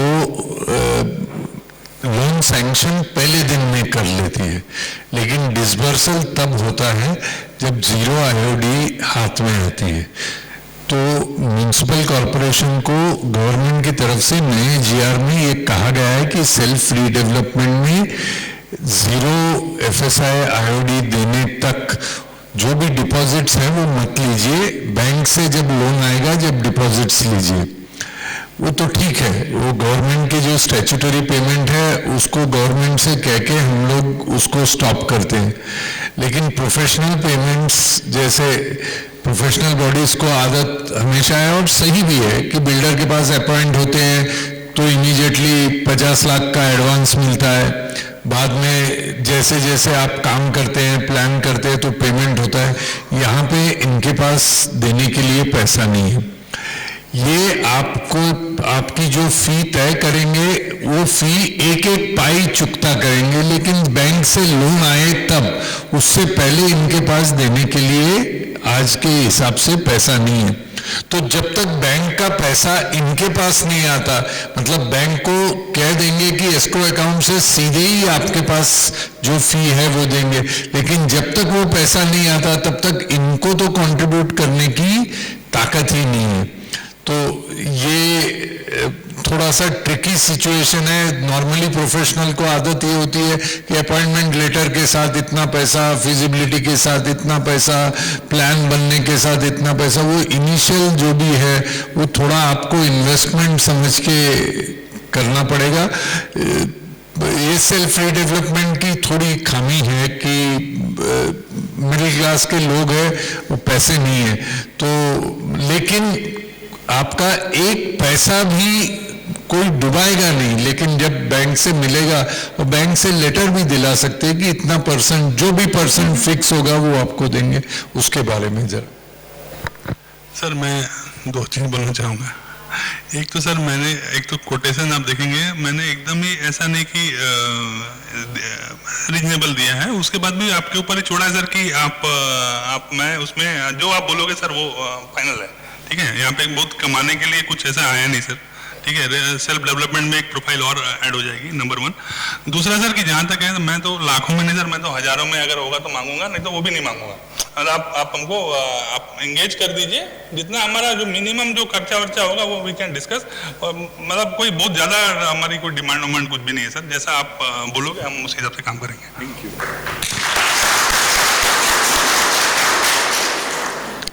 थैंक यू। आपने काफी हमारे सर का ऊपर का बोझ थोड़ा कम कर दिया। ये दो बिल्डिंगों को अगर एमलगमेट करना है तो एक पॉसिबिलिटी ये थी कि दोनों बिल्डिंगों का एक प्लॉट था और बीच में रोड भी था, और वो रोड के साथ में वो एक प्लॉट था। तो एक पॉसिबिलिटी कई लोगों ने ये बताया कि अगर सिडको को कन्विंस करके वो रोड का प्लॉट जो इनके दोनों बिल्डिंगों का एक ही प्लॉट से निकला है, अगर उसका लेके उस रोड का एडवांटेज ले तो शायद थोड़ा एफएसआई मिल सकता है। तो उसको अगर क्या रिवाइव किया जा सकता है, कुछ बात की जा सकती है, जरा बात। सर अभी कैसा है कि आपको प्रीमियम एफएसआई 4000 स्क्वायर मीटर के ऊपर का जो अगर प्लॉट होगा तो मिलता है, ठीक है। अभी ये प्रेजेंट रूल है सर, ठीक है। अभी आपकी जो एक प्लॉट है मेरे ख्याल 3900 स्क्वायर मीटर है ना, दूसरी भी 3900 है, दोनों मिला के 7800 स्क्वायर मीटर हो रही है। तो उसमें एमलगमेशन के बेनिफिट मिलेंगे। जो सर बोल रहे हैं कि बीच में जो रोड जा रही है उसका एडिशनल एफएसआई, ये सिडको से फॉलोअप करना पड़ेगा।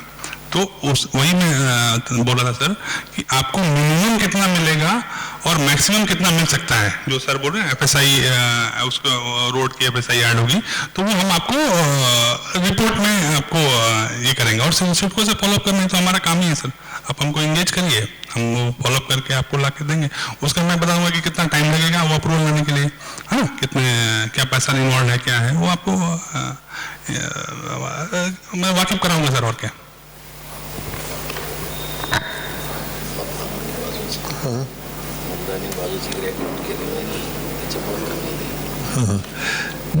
ठीक है वो, क्योंकि फिर थोड़ा सा मतलब इनको मिलने वाला एरिया और कॉर्पस में थोड़ी वृद्धि हो जाएगी अगर उसको थोड़ा देखेंगे। बहुत मतलब गलत कमिटमेंट नहीं करना चाहता मैं, मिनिमम कितना मिलेगा वो तो है ही नहीं, वो तो देख लिया आपने, जो दिया है सही दिया है, लेकिन ये सोच रहे थे कि ये पॉसिबिलिटी है अभी भी। तो सर फ्रैंकली सर उतना डीप में मैंने किया कि चलो डिस्कशन हो रही है, जब हमको एक बार इंगेज कर जाए तो फिर फुल टोटल में हमारा तो सर 1-2 स्टाफ हमारा सिडको में रहता ही है, 1-2 स्टाफ हमारा नैना में काम चल रहा है सर, 4-5 बिल्डर का काम चल रहा है, तो 1-2 स्टाफ रहता ही है, ये भी फॉलोअप करेगा, वो तो दूसरे के लिए फॉलोअप करेगा, ये भी करेगा, उसको तो खाली बोलना ही है। एनएमएमसी में भी सर हमारे स्टाफ रहते हैं फुल डे, सुबह से जाके शाम तक, जब तक साहब लोग रहते हैं वहाँ रहते हैं। है ना, तो वो फॉलो अप करके आपको जो डिटेलिंग है हम मिल जाएगा सर। और हमसे जल्दी कोई नहीं देता था, क्योंकि हमारे स्टाफ ही वहाँ पे बैठे रहते हैं सर।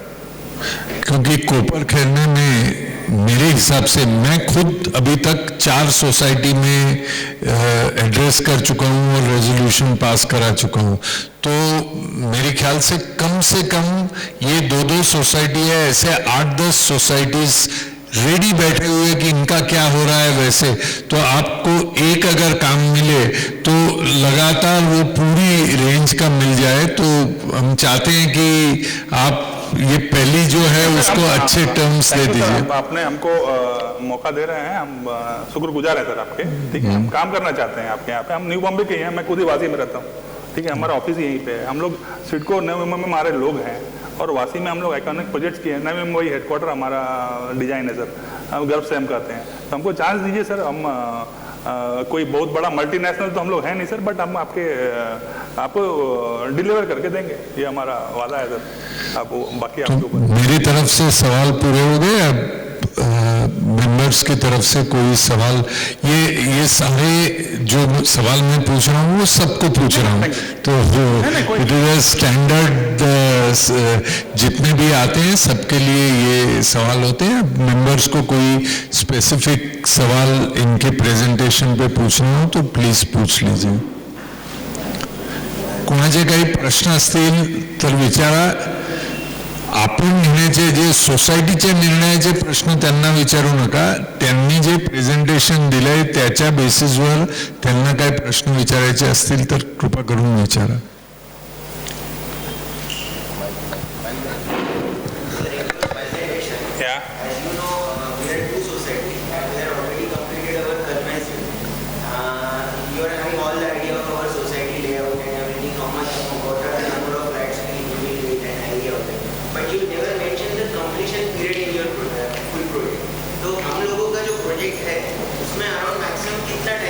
सर देखिए, मैंने ये कंप्लीशन पीरियड भी आपके जो कैश फ्लो रिक्वायरमेंट जो सर मुझे आपसे डिस्कस करनी पड़ेगी। See this project can be handed over in 15 months time, 15 can be completed.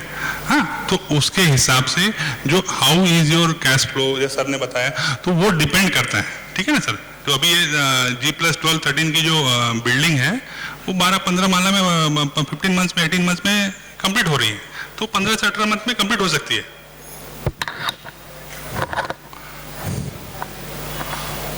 और कोई आणखी कोणाचे काही प्रश्न आहेत का?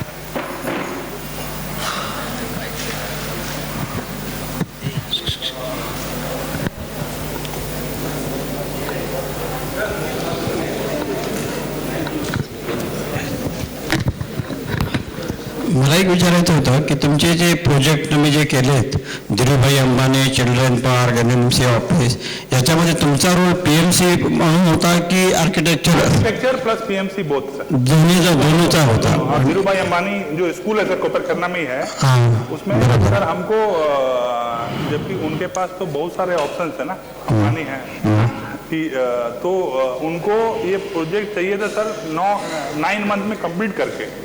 तो सर हम लोगों ने चैलेंज लिया और ये 9 month में कंप्लीट होकर डिलीवर भी हुआ है। हमको उसका सर्टिफिकेट भी है सर कि including PMC plus architecture everything was in our scope. Okay. आणि दुसरी गोष्ट अशी की तुम्ही जे म्हणता की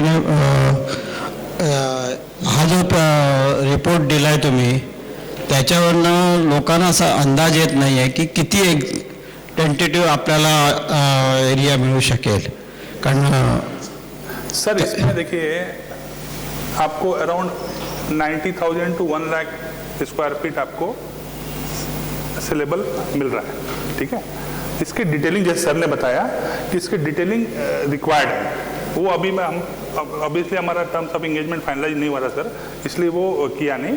अराउंड 90,000 से 1 lakh स्क्वायर फीट सेलेबल मिलेगा, प्लस आपको अराउंड 45% एक्स्ट्रा आपको एरिया मिलेगा ठीक है। ये अभी हम लोग टेंटेटिव जो बनाया सर उसके लिए, उसको डिटेलिंग में जाएंगे, आपको मिनिमम कितना मिलेगा, मैक्सिमम कितना मिल सकता है वो आपको देंगे सर। वही जब मिलेगा तो अच्छा है। हाँ वो मिलेगा हाँ, क्योंकि क्या होता है इसमें से आइडिया नहीं होता है सेलेबल कितना है, ये कितना है, उसके हिसाब से हम एस्टिमेट बना सकते हैं कॉस्ट का। आपका सर एक अभी राइपंड स्टेज में आ गया है कि आप अभी राइट टाइम है कि आप एक पीएमसी को ऑन बोर्ड डाल दो, ठीक है। आप मुझे पैसा 2 महीने के बाद दे देना, 4 महीने के बाद दे देना, ठीक है। मैं बता रहा हूँ सर, आपको एंगेज कर लीजिए लेटर ऑफ इंटेंट करके, सो दैट हम इसमें काम करना चालू करें सर। बहुत सारा काम बाकी है इसमें। ओके ठीक है। तो आप हमको कर लीजिए या किसी और को भी एंगेज कर लीजिए, बट कर लीजिए सर, राइट टाइम हो गया। ओके ठीक है। आणखी काय कोणाचे प्रश्न?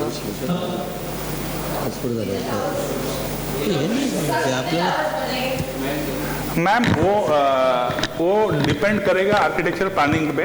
अभी तक आर्किटेक्चरल प्लानिंग हुई नहीं है मैम। अच्छा। इसकी अराउंड 2 लाख स्क्वायर फीट की आपकी बिल्टअप एरिया का जी। टावर बनेगा। 1-1 लाख का 2 टावर बनने का है कि एक ही आप टावर में लोगे मैम, या 3 टावर आप 30-30 50-50 हज़ार स्क्वायर फीट का, वो प्लानिंग आर्किटेक्चर को करना पड़ेगा। जी। अभी वो किया नहीं है ma'am. Total 1.8 lakh square feet के आपके बिल्टअप एरिया बनेगी। ये इससे आपकी जो प्लॉट की जो साइज है उससे जो फिजिबिलिटी अभी आ रही है। जी, thank you. Colours Individually as well as amalgamated plot, how much extra we will get in this amalgamated? Sir देखिए, इंडिविजुअली और अमालगेट में क्या डिफरेंस है।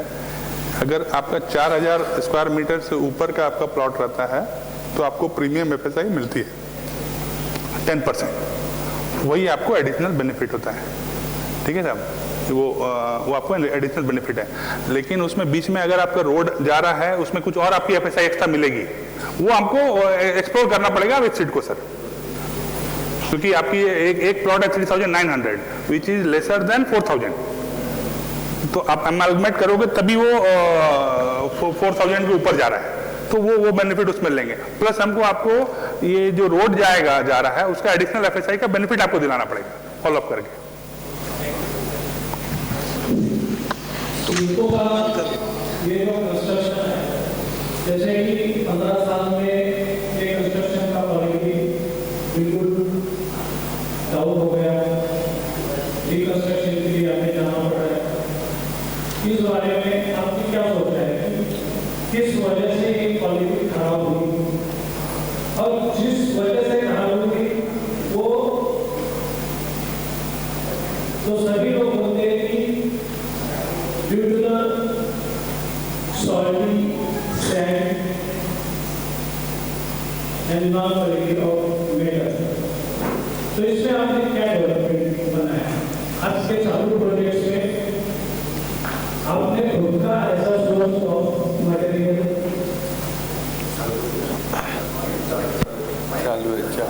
सर इसमें कैसा है, अभी मैंने सर 2002 में जब मैं उस समय LNT में था तो स्पैगेटी हाउसिंग खारगर का काम किया था एज ए इंचार्ज इन माइवान टेक्नोलॉजी। तो 2002 में सर माइवान टेक्नोलॉजी से हम लोगों ने काम किया था सेक्टर 15 खारगर में स्पैगेटी हाउसिंग। तो जैसा आपने बताया सर कि एक तो है कि क्वालिटी कंट्रोल एट साइट, ठीक है। अगर आपका सैंड खारा है उसमें ये है, तो अभी पहले रिस्ट्रिक्शन थे कि आप क्रश सैंड यूज नहीं कर सकते हो, 20% ही यूज कर सकते हो। आजकल IS कोड ने अलाउ किया आप क्रश सैंड से ही पूरा आप यूज करो। तो वो क्वालिटी कंट्रोल मेथड प्रोसीजर्स आपको अपने डॉक्यूमेंटेशन में लानी पड़ेगी। जो इनहेरेंट, जैसे सर ने बताया कि अगर आपका स्ट्रक्चर ही खराब है तो फर्दर रिकरेंट प्रॉब्लम आपका आएगा। दूसरा ये जो ब्लॉक वर्क आप ले रहे हो, ब्लॉक एक ले रहे हो कि कहाँ से आप ले रहे हो, आप AAC ब्लॉक ले रहे हो, सॉलिड ब्लॉक ले रहे हो, फ्लाइयर्स ब्लॉक ले रहे हो, तो वो आपको प्रॉपर्ली डिस्कस करके उसको आपको स्पेसिफिकेशन में डाल के उसको आपको BOQ में लाना पड़ेगा, सो दैट आपको फ्यूचर में उसको प्रॉब्लम नहीं आए। प्लास्टरिंग बहुत रहता है कि प्लास्टर आप कोई भी सैंड से कर दिया, then there is a readymade sand also available nowadays, ठीक है। उससे थोड़ी कॉस्ट बचती है, हाँ, लेकिन आप उस समय नेगोशिएट करो एट दैट टाइम। एक तो आप सैंड वाले से नेगोशिएट करो, तो मोर और लेस आपका वही अच्छा रहेगा। थोड़ा आपको एफर्ट लेना पड़ेगा सर। तो वो टू इनकॉर्पोरेट कि आप मैन्युफैक्चर्ड सैंड, आप जो गुजरात का सैंड बोलिए और जो रेडीमेड सैंड आप यूज करो प्लास्टर में, ये आपको स्पेसिफिकली डालना पड़ेगा। वो छोटी छोटी बातें हैं, बट जैसे सर ने बताया वो लॉन्ग टर्म में आपको बहुत हेल्प करती है।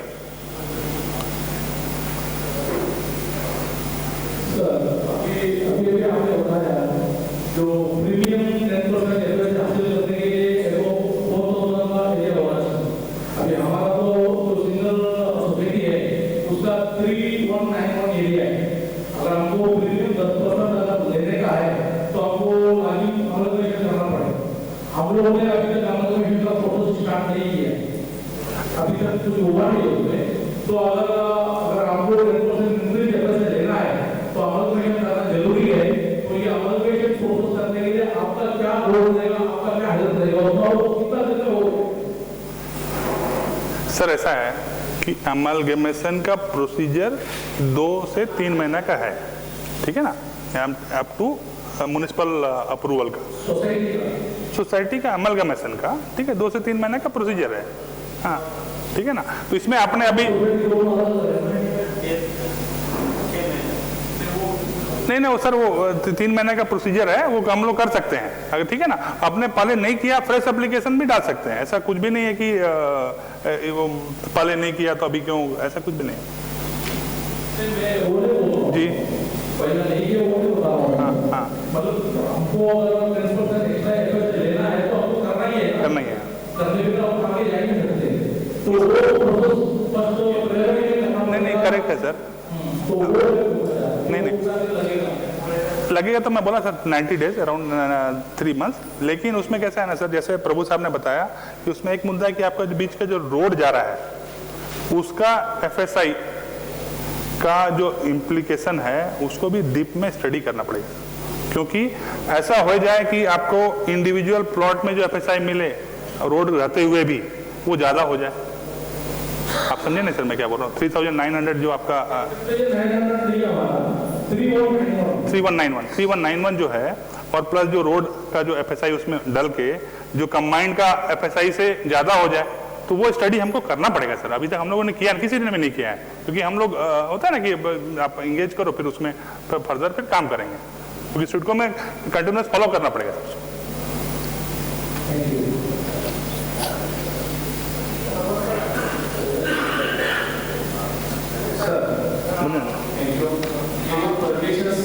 आपने कहा है तो उसके लिए कितना अवधि लगने का आपको लगता है, कितना अवधि लग सकता है टोटल सर? अप टू आप बोलिएगा एक्सकवेशन, डिमोलिशन सब परमिशन करने तक आप 3 + 2 5 महीना पकड़ लीजिए सर।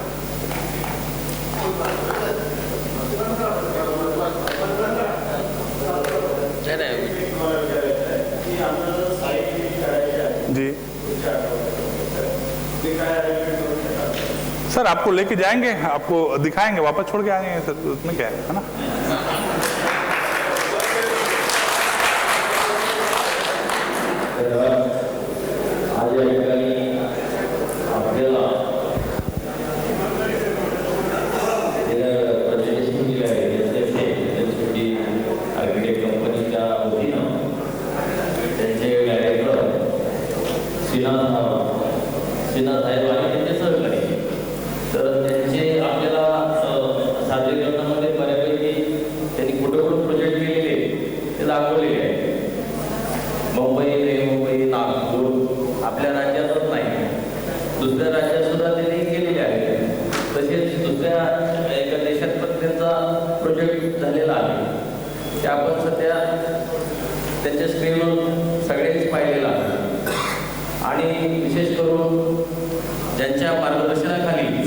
साइट विजिट दुबईला नाही आहे. आपला जो प्रोजेक्ट सध्या चालू आहे, आपले माननीय चंद्रशेखर प्रभू साहेबांनी त्यांना जे काय टेक्निकली जे काय प्रश्न विचारलेले आहेत त्यांचे उत्तर बऱ्यापैकी दिलेले आहेत. तर मला वाटतं आपल्या काही सभासदांनी सुद्धा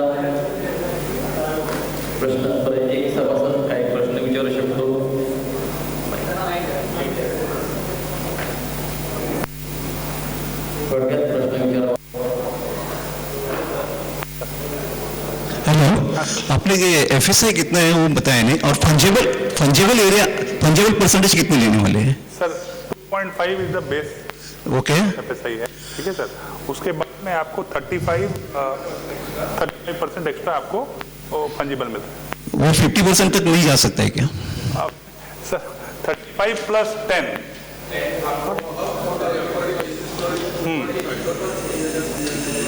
सर, मैंने सर काफी सारे आर्किटेक्चरल प्लानिंग में उसमें एफिशिएंसी बढ़ाने की जरूरत नहीं सर, अब अभी जब आपने अब बताया कि हमें अपॉइंटमेंट दे दो, पेमेंट दे दो, बाद में हम वर्किंग करेंगे, इसलिए हम पूछना चाहते हैं कि हमें कितने स्क्वायर फीट मिलने वाले हैं, उसमें फंजेबल एरिया कितना रहेगा, ये पूछ रहे हैं।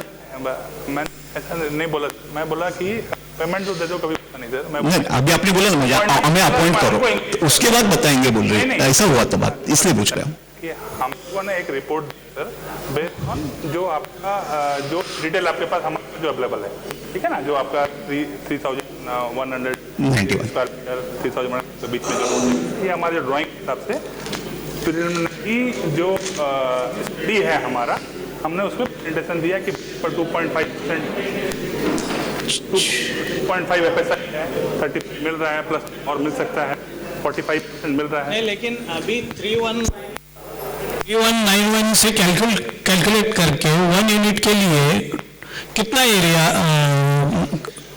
मिल सकता है? आपको सर 90,000 स्क्वायर फीट आपको अवेलेबल आ रहा है, 1.8 लाख स्क्वायर फीट आपका बिल्टअप आ, ये हमारा स्टडी ये बोल रहा है। डिटेल में सर थोड़ा और 10 दिन टाइम देना पड़ेगा, मैं आपको मिनिमम इतना मिलेगा, मैक्सिमम इतना मिल सकता है। सेलेबल एरिया कितना आएगा सर सेलेबल एरिया बोला ना 90,000 से 1 लाख रिपोर्ट में दिखेगा सर। एक क्वेश्चन पूछना था, हमारा एक्चुअली जो रिसेंटली 2 सोसाइटी है और एक सोसाइटी डेवलपमेंट और डिक्लेयर किया गया है और दूसरा सोसाइटी अभी तक डिक्लेयर नहीं है, तो ऐसा सिचुएशन में आगे चल के कोई अप्रूवल लेने में या कोई चीज़ में डेवलपमेंट में कोई प्रॉब्लम आ सकता है? सेल्फ डेवलपमेंट में तो आप कोई क्योंकि डेवलपमेंट डिक्लेयर नहीं हुआ, इसके लिए कोई इशू नहीं है। Thank you.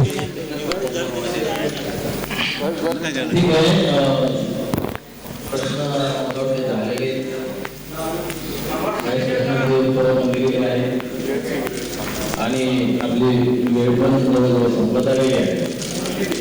तर हा जो जीवित आपल्याला दिलेला आहे तो टेंटेटिव्ह आहे, त्याच्यामध्ये